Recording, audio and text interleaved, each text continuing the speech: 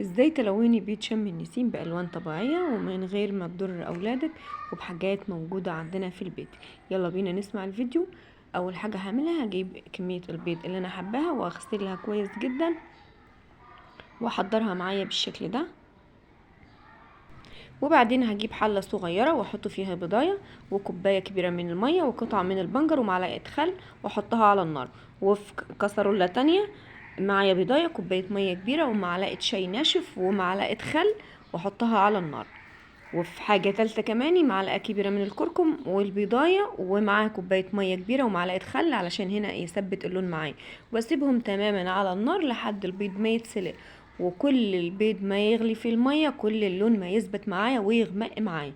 وفي النتيجة طلعت بالشكل ده وجميل جدا والولاد بيفرحوا بيها من غير ما تكون مضرة ليهم ولا الوان صناعيه ولا اي حاجه. ولو حابه تزودي الالوان تعملي الوان تانية، في افكار كتير مستنياكم. قولي رايكم في الكومنتات. كل سنه وانتم طيبين.